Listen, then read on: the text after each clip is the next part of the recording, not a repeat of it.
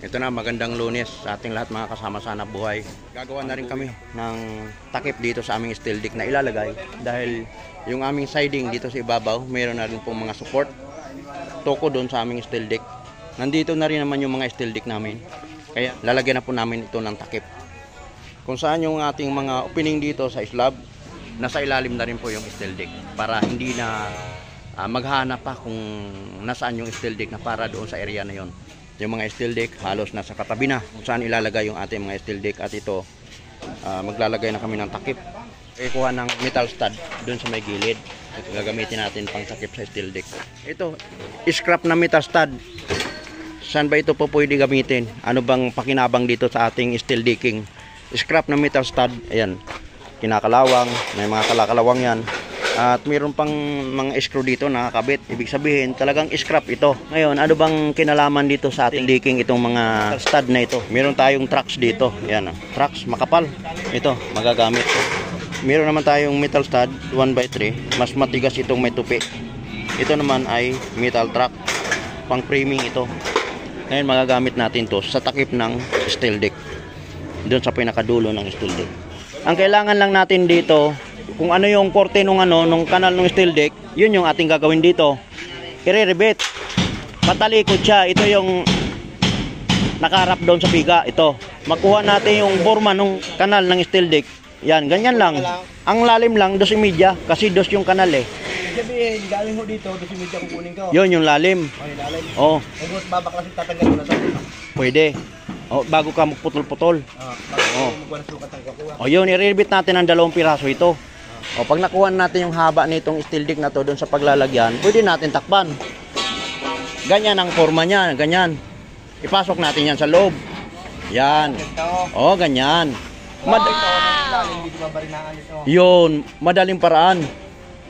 Madaling paraan. Ay, ibig sabihin isa-isa lang para na ho. Isa-isa lang, putol-putol. Oo, hindi buo.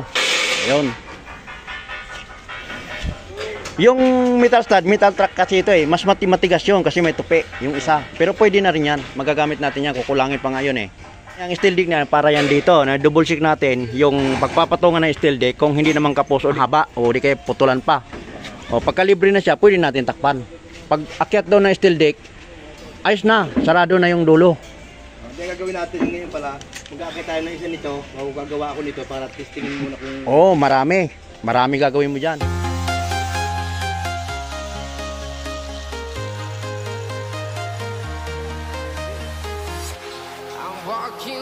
Sampol tayo ng isang plantilla. 20.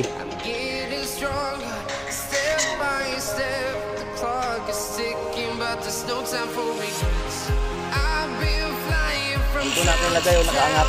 Buhangin. Buhitan sa ito. Doon o.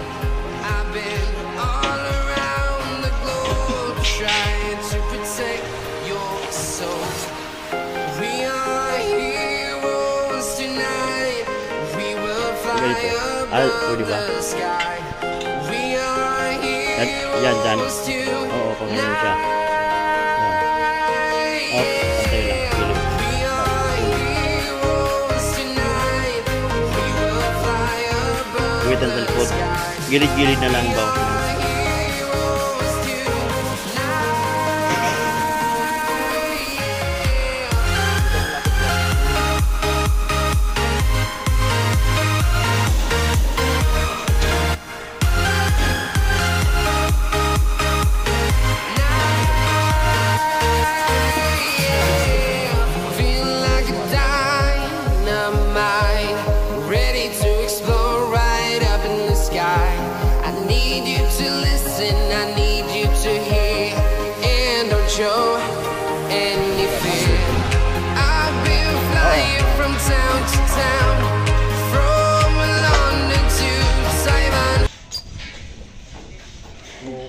Ha? Hindi.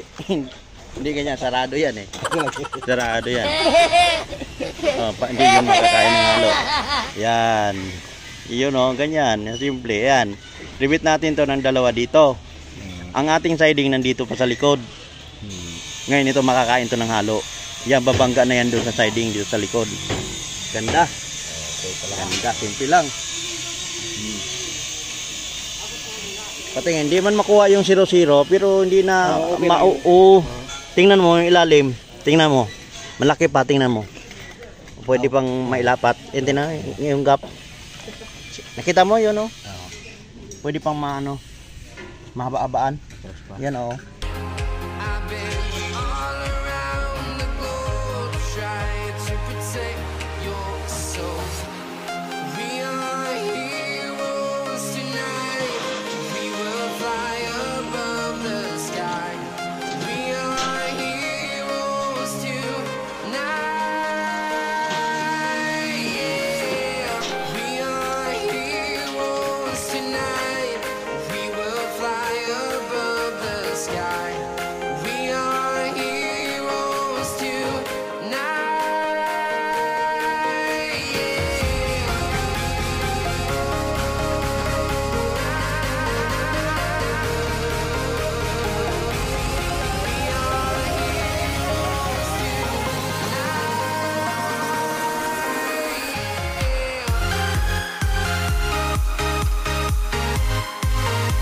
Ikot. Ikot mo. Baliktad yung dulo. Yan, yan. Tihaya. Oo.